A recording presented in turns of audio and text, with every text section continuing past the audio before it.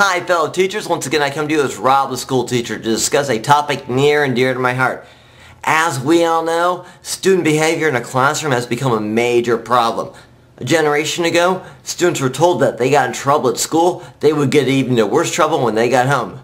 Now, instead of supporting teachers when we are doing our jobs properly, parents are in increasing numbers blaming us when their children misbehave.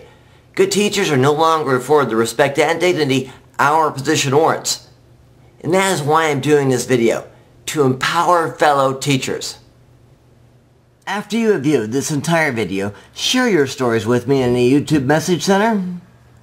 By doing so, you'll be showing the world this is a widespread problem that affects numerous highly qualified teachers, not just an isolated few. Ask the Association of American Educators what you can and can't say. They can be found at www.aaeteachers.org.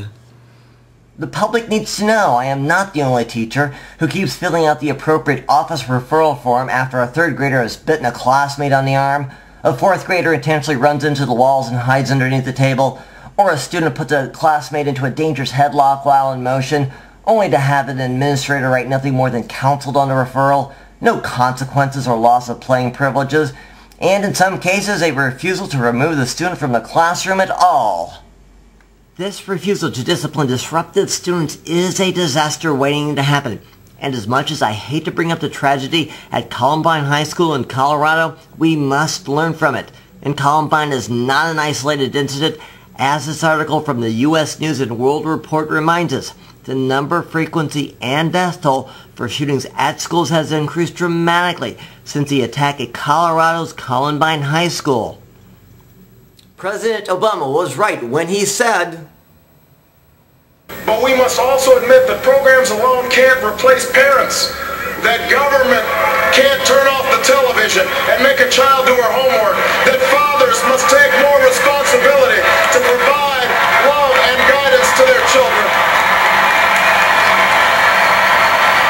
The educational needs of the other students also needs to be considered.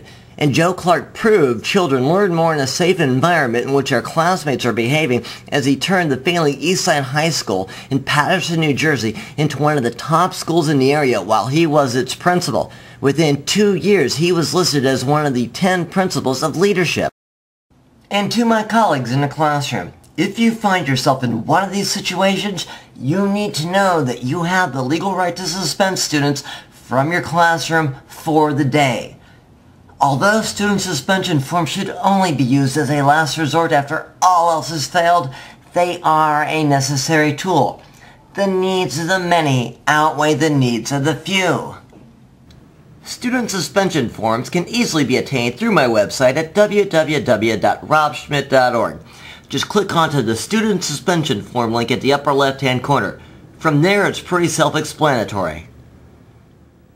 And thank all of you so much for being part of my audience, and if any of you have any suggestions regarding YouTube videos that you would like to see me do in the future, please either share those thoughts with me in the YouTube message center, or you can email me at robsyoutube@earthling.net.